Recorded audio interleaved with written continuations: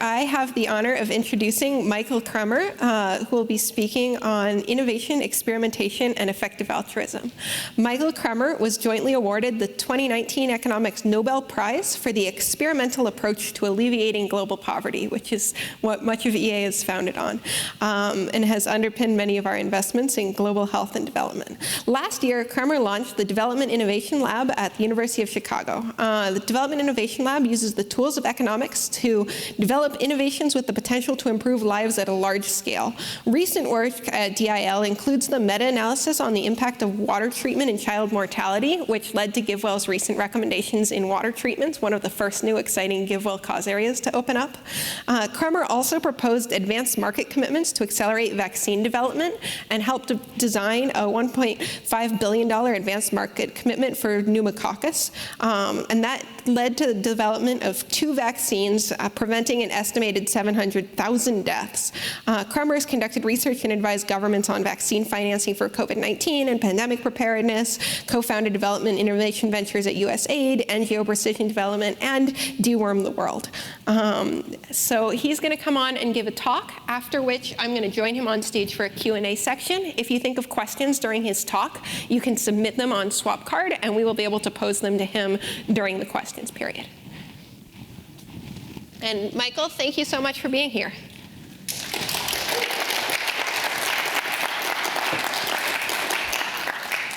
Great. I'm very happy to be speaking at EA Global again. I had one of my first contacts with effective altruism back in 2009 after Toby Ord emailed Rachel Glenister, my wife, and me, introducing us to his new organization, Giving What We Can. And we signed the pledge then, and it's really incredible to see how much the community has grown since then and all the things that we've collectively achieved.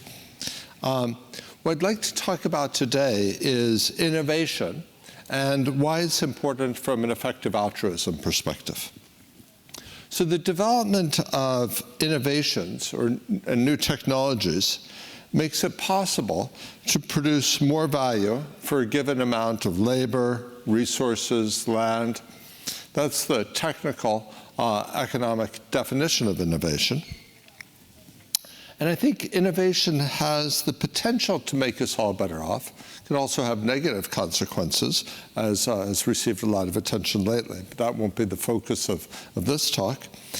But historically, innovation and technological change have been the key long-run drivers of income growth and human well-being. So a classic example is the cost of lighting, which declined by more than 99.9% in the 200 years heading up to 2000.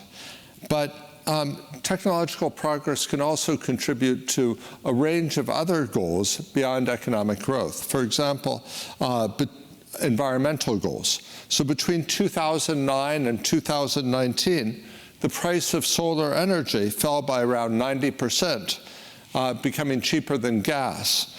And since 1990, the price of lithium-ion battery storage has declined by 97%. The average share of land needed to grow a given amount of crops has declined 70% since 1961. The world population has grown 2.5 times over that period. So if we hadn't had that growth of productivity, the world would be facing a combination of hunger and environmental disaster as we eliminated any remaining forests, for example, tried to turn them into agricultural land. Here's another example in the area of health, which is obviously a key component of human welfare. So on this graph, each orange dot represents a country in 1900, and each blue dot represents a country in 2016.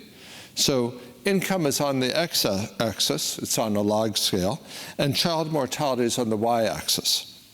So as you can see, both in 1900 and 2016, the trend slopes down. In richer countries, children are more likely to survive.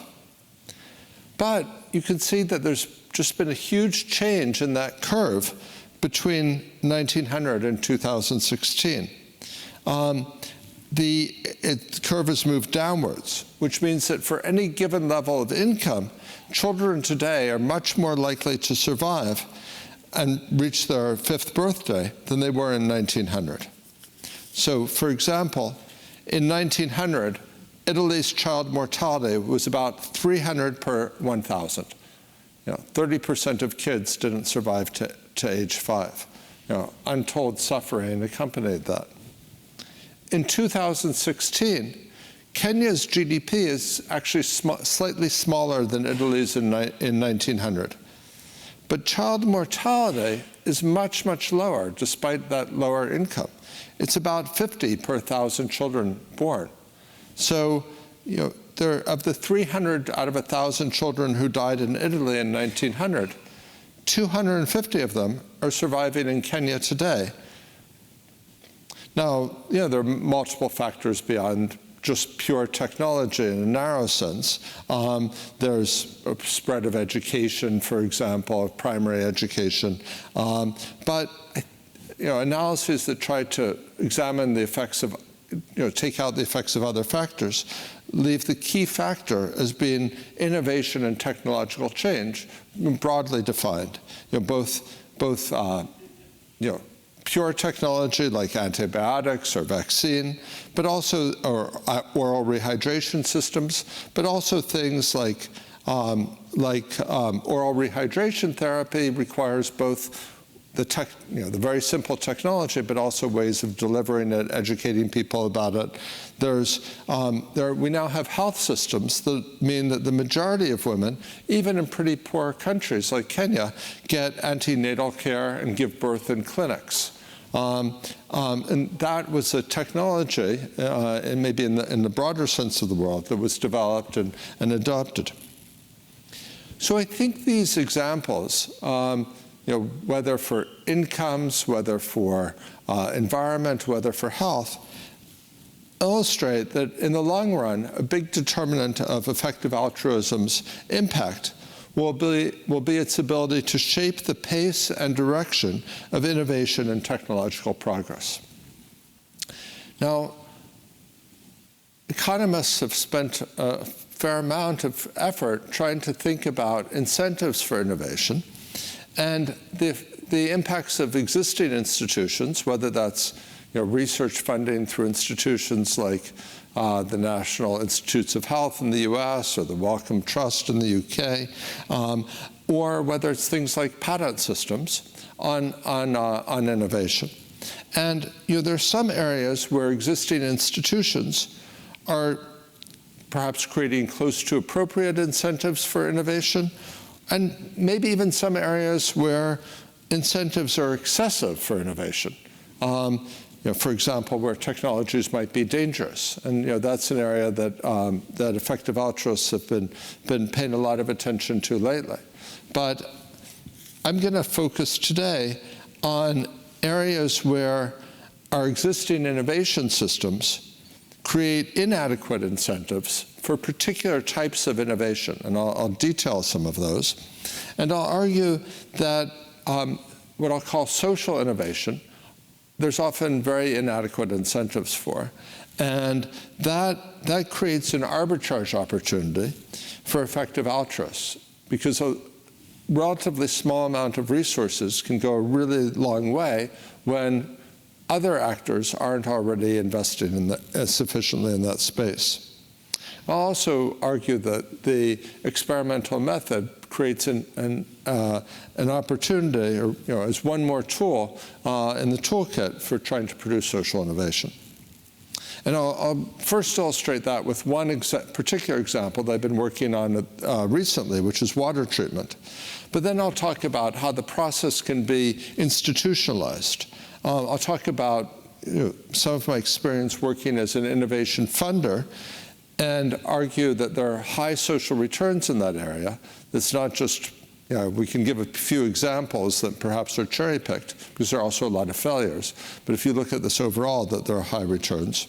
And then I'll discuss some ways to try to align private incentives for large companies for innovation better with social needs, and talk about advanced market commitments for products that are needed that are not currently adequately incentivized by existing institutions. So let me move to the first topic, which is oh, sorry, I think I may have skipped a slide, but arbitrage opportunities, where the benefits of social innovation are currently much, much greater than private returns. So one example, which I think is very clear, is innovations for where the buyer doesn't capture all the value, where using the good creates value for other people. So, for example, innovations that reduce carbon emissions. So if somebody comes up with a car that reduces pollution, the person who buys that car, if they buy that car, they're generating benefits for other people, and that means that they're generally, in the absence of actions by governments or by philanthropists, there won't be adequate incentives for that. This is something that governments are starting to step up on, but arguably not enough. Another example, well, let me give a second category. There are some places, there's some industries where it's intellectual property or patent systems work very effectively and create strong incentives for the private sector to develop products. But because there's big rewards available if you get a patent. But there are other areas where, there are also other areas where intellectual property isn't important, but they're very big first mover advantages. If you develop Facebook or Google with the network externalities, there's big benefits. Okay? But the big private benefits. But there are other areas where, and basic research is a classic example, where you can't really patent things, but there are many other examples as well. So if you develop something, if you discover a fundamental principle like quantum mechanics or F equals ma or the theory of evolution, that's not something that you immediately get financial rewards for. But we've developed other systems for providing rewards for that. Governments fund universities, there's reputational incentives, et cetera. Another category is innovations that are to improve the functioning of governments, or where the government is the key buyer. So for example, if somebody comes up with a better way to improve teaching of math for 8-year-olds, and that's adopted by public schools, it's not like the social value of that will turn into private benefits for the developer of that improved approach to teaching math. I think something similar applies in many types of vaccines, because governments buy the vaccines, they're the major buyers of vaccines, and then they use their bargaining power and other powers that governments have and I'm not saying there's anything that this is the wrong thing for them to do, but they don't pay the full social value of the vaccines. They pay less than that, and they may have other reasons for doing that, but that means that there's inadequate incentives for firms to invest in their own. I don't want to claim there are no incentives, just that they don't match the social value that's created. So a fourth category is innovations for low-income people. So there's been lots of technological progress on all sorts of health issues facing people in the United States, to a lesser extent people in other high-income countries where pharmaceuticals aren't as richly rewarded, middle-income countries. But for very low-income countries, there's not there's not nearly as big a financial incentive. And this is an area where, for example, the Gates Foundation has done a lot to try to stimulate research in this area, for example, on malaria vaccines. But there are many other examples. For example, if you look at the number of patents, maize is a crop grown in the United States, in Europe, in Africa, where it's a staple crop.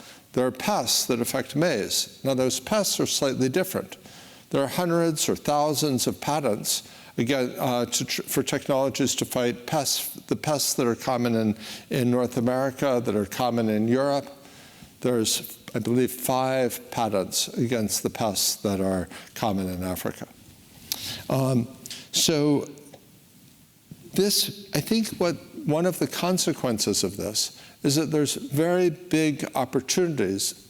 There can be opportunities that go unexploited. And so that's an area where if effective altruists can help identify these opportunities, or even better, identify systematic ways to institutionalize the process of identifying these opportunities and providing support for these innovations, there can just be tremendous impact. So let me give some specific examples. And I'll start with the example of water treatment, and then I'll try to turn to the issue of institutionalizing innovation and maybe try to share some aggregate evidence there. So let me start out with a bit of background on water treatment. Okay. And so water treatment is very, very low cost. So a bottle of bleach has enough chlorine in it to treat 70,000 liters of water, for example. I wouldn't recommend using bleach if you can avoid it, but that just gives you a sense of the magnitude. And if we're focusing on chlorine, there are a bunch of different technologies, but chlorine kills most, not all, pathogens. Okay? It's been used, piped water in the US and most rich countries has used chlorination for 100 years. It's well known to be safe and effective at killing these organisms.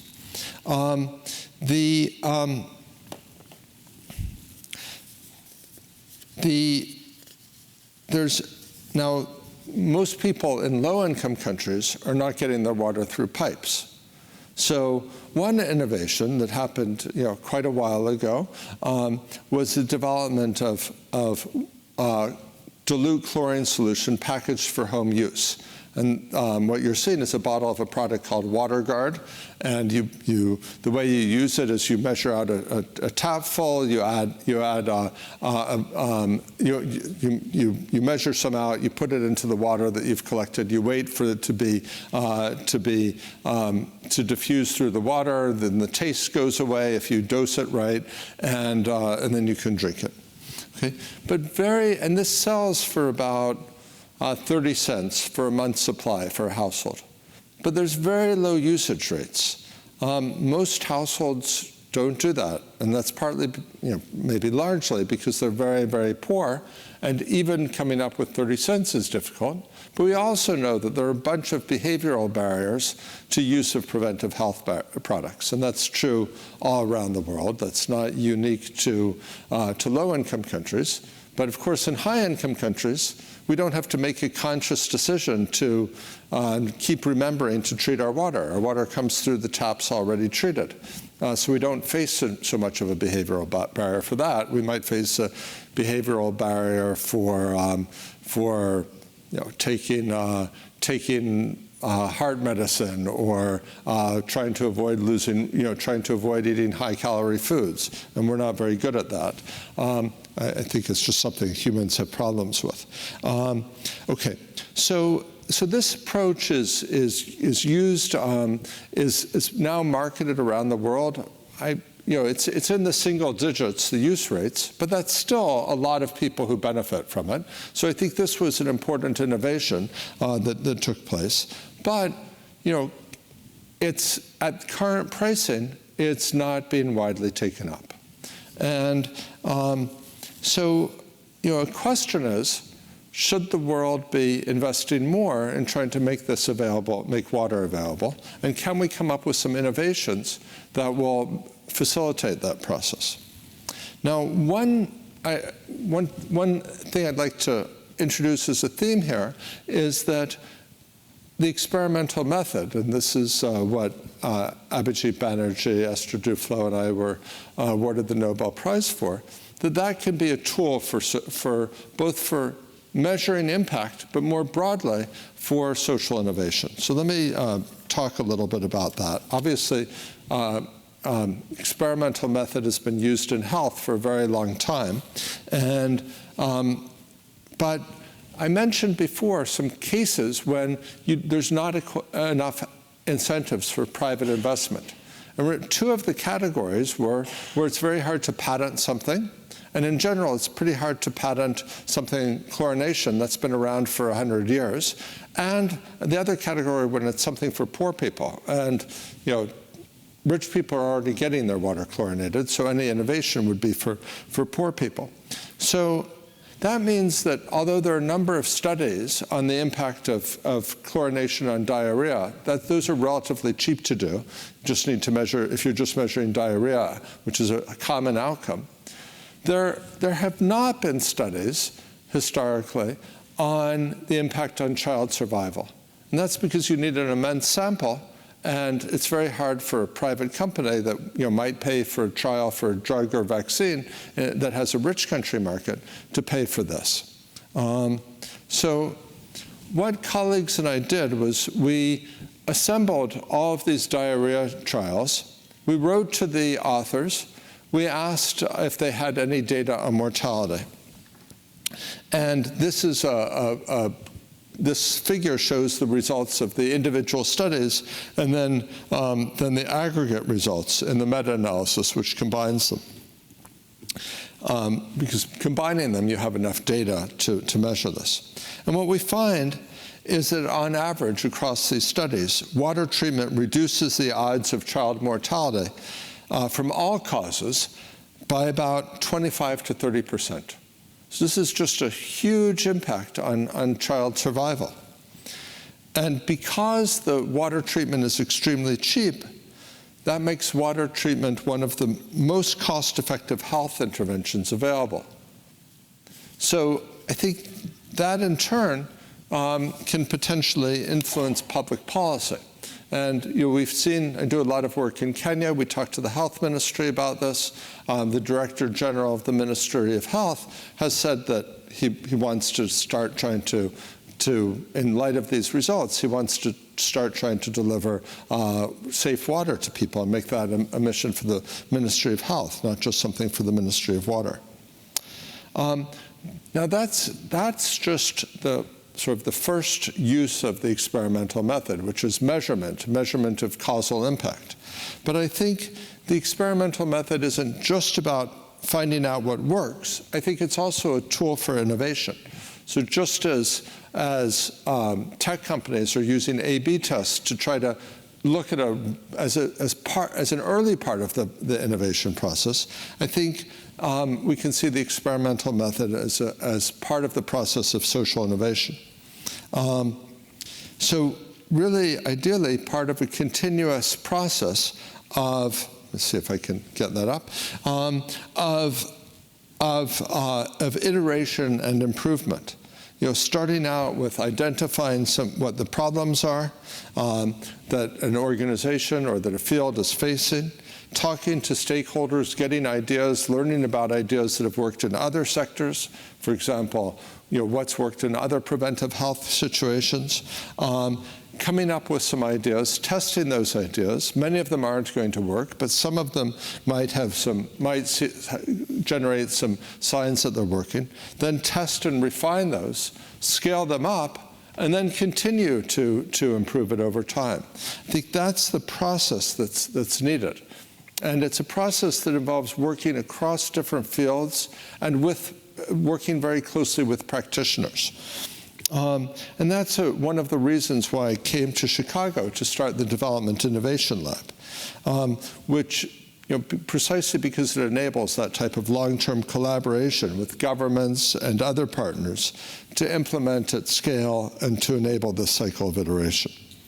So let me discuss some of the innovations, and you can see these innovations as, in some ways, building off of this idea of point-of-use water treatment, but also noticing that it only got sort of single-digit take-up.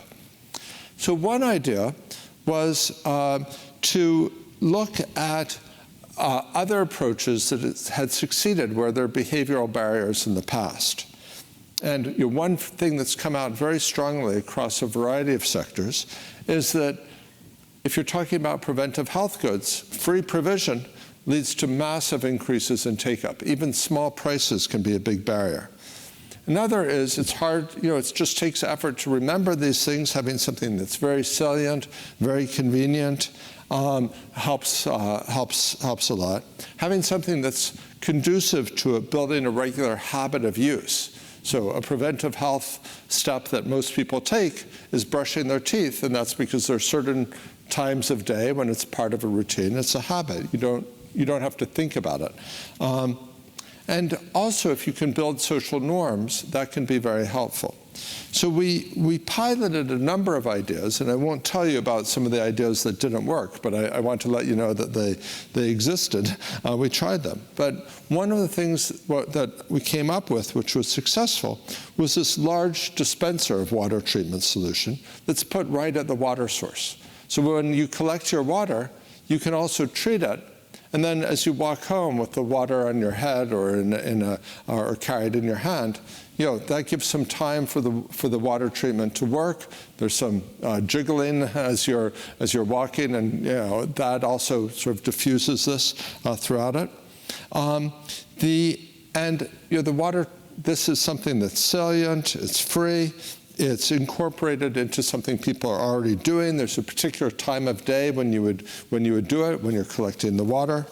And it's public, which could potentially help create social norms around this. What we found in our initial study was that this increased water treatment by about roughly fourfold, and got roughly half of people using this. And there were further improvements since then. What we found is that both in the initial study and then in later work, as this was scaled up by Evidence Action and NGO, is that you can get somewhat over half, the majority of people using this by taking advantage of these behavioral principles. And about the past several years, about 2 million people a day have been treating their water this way. Roughly twice that many have access. Now, GiveWell, as was mentioned, recently announced a $65 million grant to scale up dispensers to reach 9 million people. What we're working on now is trying to see if we can find things that can readily be adopted by governments, and thus perhaps leverage the resources that governments are already spending to reach many, many more people.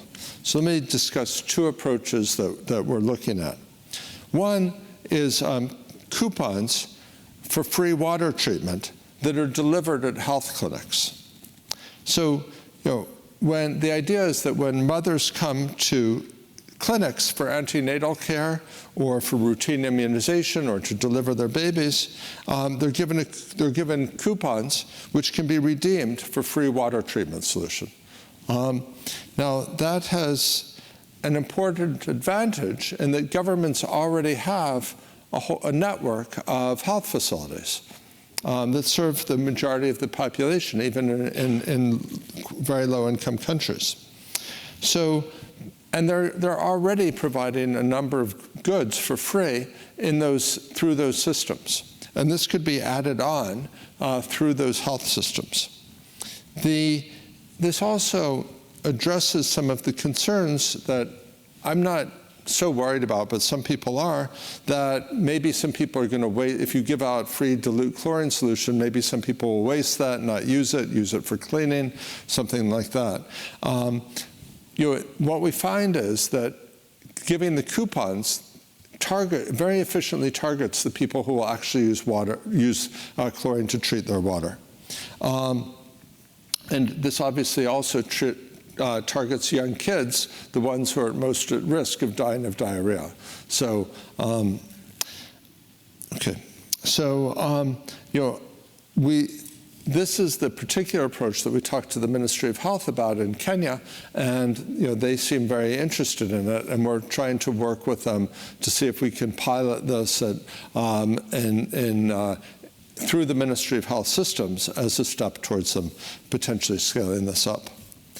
Another approach is inline chlorination. So I believe this is, well, I don't know which brand there is, but there are multiple brands out there. This automatically treats water as long as it goes through pipes. And a recent randomized evaluation in Bangladesh by Amy Pickering and colleagues suggests a 25% reduction in childhood diarrhea from this. And again, they didn't have the resources to test for mortality impacts, but it at least seems to reduce diarrhea. Now,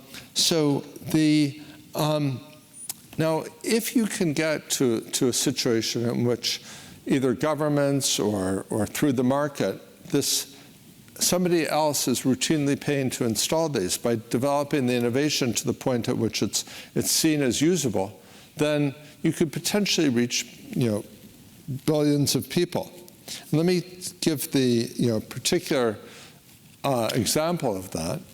So India has recently announced, and this is a big political initiative of the current government, that they want to deliver piped water to every household in the next few years. And they're investing billions of dollars in it.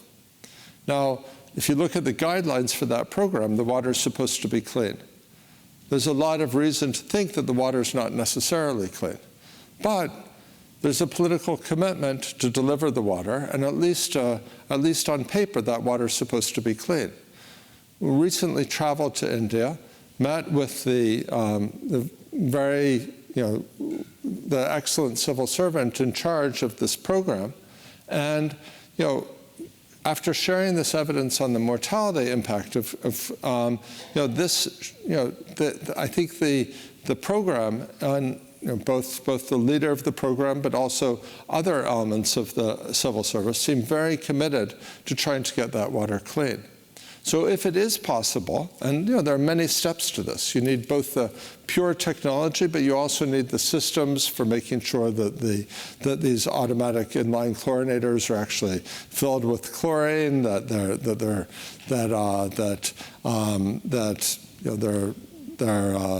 chlorine's at the right dose. I don't want to claim these are trivial, but this offers the potential to reach, I'm not saying that this program will actually reach every household in India, but even if it reached 90% of households in India, a lot of people could be getting clean water. Okay. So this is one particular example where I think a lot of progress has already been made, where effective altruists have played a very big role. But I think it does, it's a particular example, and as I do want to acknowledge, not everything succeeds the same way. So what I'd like to turn to next is how we can institutionalize this process. So it's not just sort of a series of one-offs. And I think we've gone a long way towards doing that. I think there are a number of very good institutions out there for doing this. But I'll also use an example, one that I've been involved in, to try to quantify and say, well, if you take into account both the failures and successes, what's the impact? So I think do the benefits exceed the cost? How much? By how much? So, okay, let me mention two types of institutions. First, particular two types of institutions I think are both important for any well-functioning innovation system. One is what's called push funding, which is directly funding researchers, directly funding research to come up with new ideas. The other is pull, which is rewarding success, not just paying and hoping that something useful will come out at the end. So starting with straight research funding, I think one approach that's very useful is what I'll call open, tiered, evidence-based social innovation funds. An example of that is Development Innovation Ventures in the US, which I've been involved with, and FID in France, which Esther Duflo is leading. So how do these work? Well, they're open across sectors. They're open across, people can come up with ideas for a wide range of countries. Both of these are in global development, so for developing countries. They're open across scaling methods. They can scale commercially, they can scale they can be public sector scaling, or that's supposed to be commercial versus public sector scaling. But they both, so that openness needs to be complemented with some system of discipline. If you're giving awards everywhere, then how do you decide what's worth investing in and what's not? Well, we have tiered funding systems that are evidence-based. So obviously we get peer review, we get things like that, but the first level is pilot funding. So small amounts of funding, if the idea looks like it might have potential, and if it gets through some peer review, we'll give a small amount of pilot funding. But then the larger amounts of money are dependent on the results of rigorous testing. And the rigorous testing can be done in a variety of ways. It's not always a randomized controlled trial. It's not always the experimental method. But in many cases, it is. And then for the ideas that get through that, there's additional work to try to transition this through scale. Now, why do I think that this approach, I gave the water example, I could talk about deworming or other cases where there've been tremendous impact, but there are a lot of innovations that don't succeed. So we looked at the data from our early portfolio. It takes time for innovations to succeed. We're a little bit over 10 years old at DIV. And we looked at, there were 41 innovations we funded over that period. Some of them we couldn't measure the benefits. So they were things like improvements in ways to reduce voting fraud. We couldn't put a dollar value on it. But there were 5 of them that both reached over 1 million people, and we could find a way to put a dollar value on it. And when we looked at the benefits of those 5 against the cost of the entire portfolio of 41 innovations, we found a 17-to-1 benefit cost ratio. So the returns are very, very high. Okay, let me speed up a little bit and say a little bit about pull funding. I'll just give one example of that.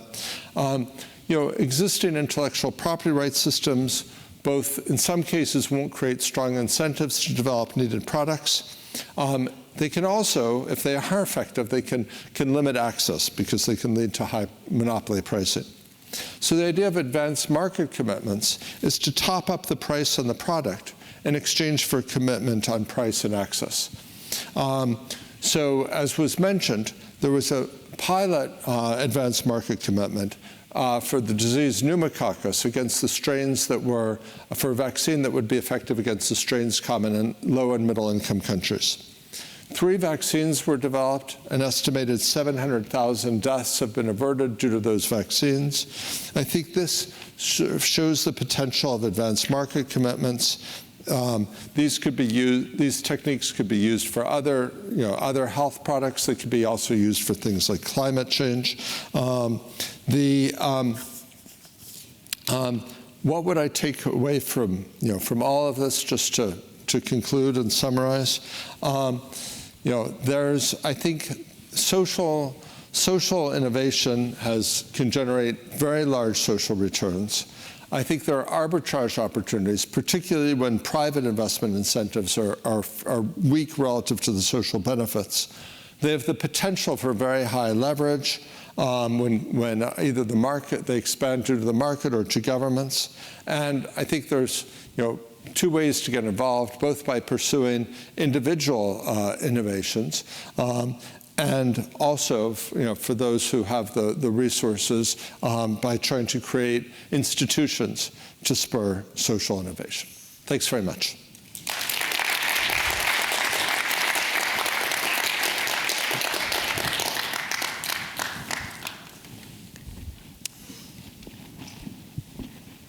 Thank you so much. I have to say that first slide comparing Italy and Kenya is one of those things that's just going to stick in my mind as like substantially changing how I think about something. Because I think if you'd asked me before your talk, like what share of the decline in child mortality is because the world is much richer versus because of specific targeted interventions, I would have been like, I don't know, 50-50. And that just points at like the innovation being the huge part of it. I agree. The first audience question here, and also something I was sort of thinking about, is like, RCTs are expensive, they're kind of slow, you can't run them on like every possible innovation. So like, what is happening to like identify the things that are promising enough to test rigorously? Like, how do you figure out which things to even get to that point? Right.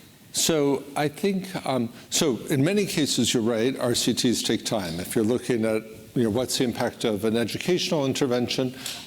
If students are only tested infrequently, then maybe that's going to take time. But there are some cases where you can get very rapid results from A/B tests. Classic. So tech companies are running A/B tests all the time, and a lot of digital solutions, it's possible to get results pretty quickly. Obviously, where it's inexpensive and fast, you can run many of these tests, and tech companies are running thousands of them, as we speak. But I think that we have processes. Peer review, I think, is, for all its problems, is quite effective, and then probably having some representation on the committees of the users who are going to, whether that's a government, whether that's a corporation, if this is an idea for businesses. I think that can be very helpful in trying to identify ideas with potential. But I think it's worth taking a lot of shots on goal when the payoffs from success can be so big.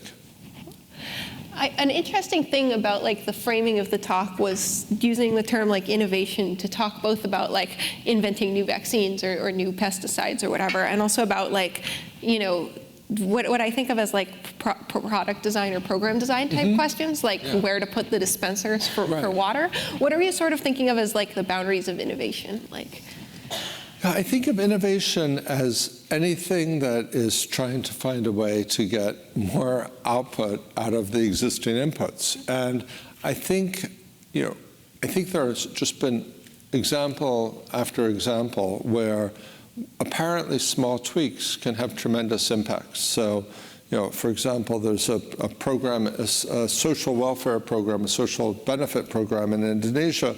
The government of Indonesia was spending billions of dollars on this. Well, just slight redesign to let the beneficiaries know that they were entitled to the money, that led to, I believe, a 20% reduction in waste in the amount of 20% more people actually got the money.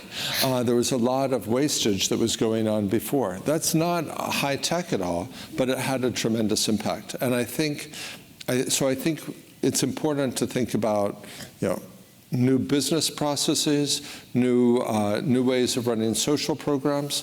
Often, I do think that because incentives for innovation in government are so weak, often, that maybe not in the military, but in some parts of government, there's very high returns to just innovation in government processes. Cool. On advanced market commitments, what are like the vaccines or drugs that you would be most excited about there being advanced market commitments for? Like, what are some really underfunded areas? Well, pandemic preparedness is a key area, and I think there's a universal COVID vaccine. Look, I'm not an expert I'm not a doctor, as I say, so I'm just going with, based on my limited knowledge, but a universal COVID vaccine. If we can develop better approaches to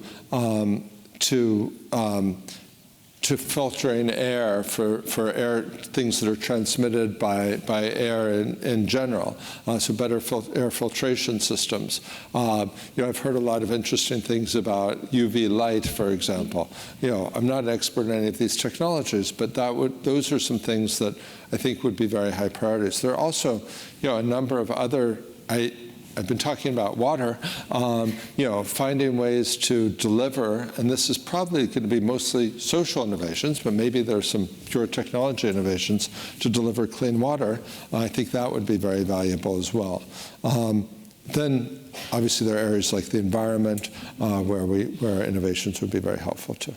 What are sort of environmental innovations are you thinking of?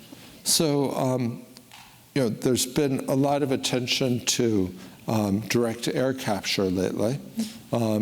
If it's going to be, that's currently very expensive. And we don't know whether it's going to work. But I think one of the big advantages of advanced market commitments is that you don't pay for it unless it actually works.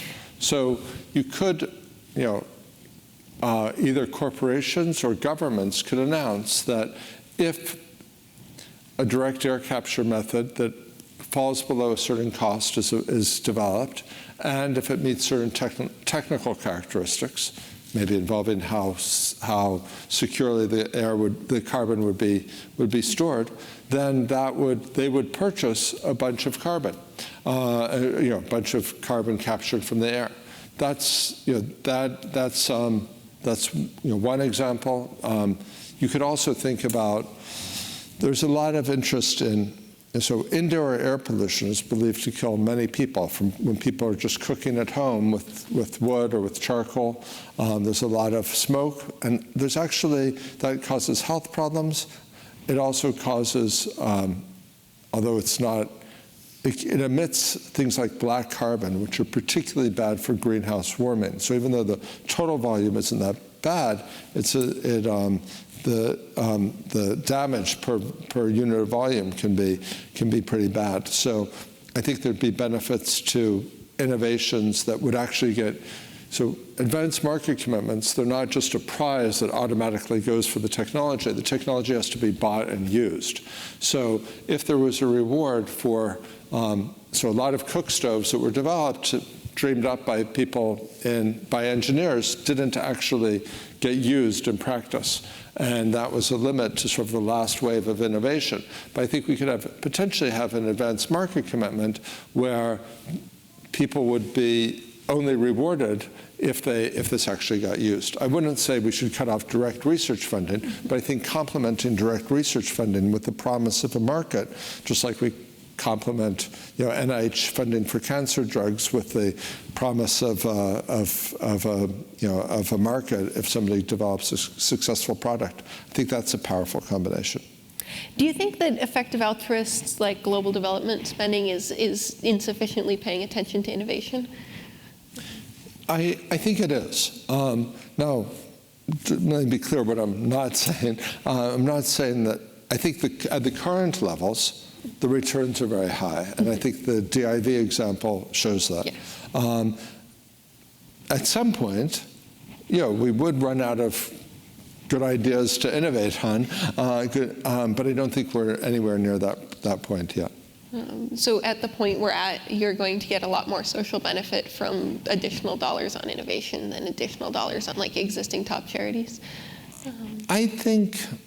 It seems plausible to me. Well... Yeah. So first, I would, there's a lot of things out there, and I'm not going to name names or whatever, but there's a lot of development spending that is probably not as good as, top charities that GiveWell identifies. So obviously, I would probably start by diverting some of that funding. But yeah, my guess would be that the returns to innovation are actually even higher than some of the top charities. If someone wanted to get to work on this, if they wanted to find the products that there's the most need for, or the pesticides, or the vaccines, where would you recommend they start? So so, DIV and FID are open. And so I think that rather than have a committee decide these are the top areas, I mean, look, there's room for all sorts of innovation funding in the world, and we have had, when we were trying to get a COVID vaccine, we didn't say, oh, send in your ideas on any topic, and we invested a lot in a COVID vaccine. I think that was the right call at the time. But I think I'm a fan of a very open approach where people can send in proposals. And in the case of DIV, that can be researchers, that can be private firms, that can be NGOs, that could be a mayor somewhere who has some idea. DIV wouldn't be interested if it only is going to work for that one city. But if it's an idea that the mayor wants to try that could work for many cities, well, then that's something we could potentially support. The successful DIV projects, where did they come from initially? Like, how were they conceived? Yeah, that's a great question. So we did try to break things down in that same analysis to try and see what were the predictors of success. So I'll start, so one big predictor of success was that innovations that were cheap were much more likely to scale. Well, we broke it down, two things.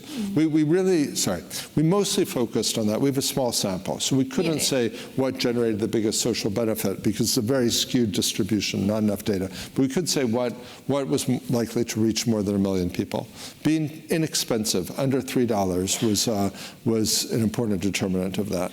Another thing we found was that, and I think that goes along with that, is I think a lot of entrepreneurs, social entrepreneurs, think about selling direct to the consumer.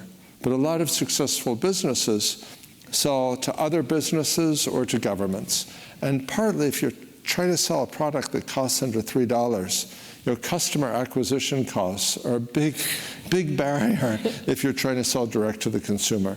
So in general, there was a higher rate of success. There are exceptions to every rule, but there was a higher rate of success for things that were selling either to other businesses or to governments.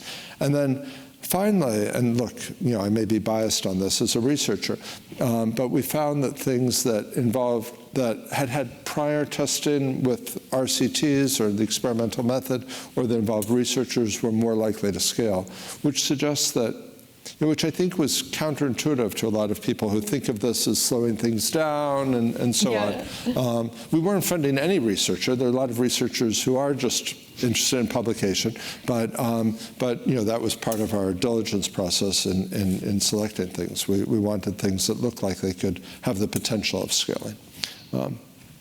How do you do scaling at DIV? Because that's like a very hard problem. Like a lot of things that work in a small program don't scale. Yeah, so what we found was that, so obviously we selected what we funded, and we continue to select. By the way, if people here have ideas and want to submit to DIV, please do. It's on the web.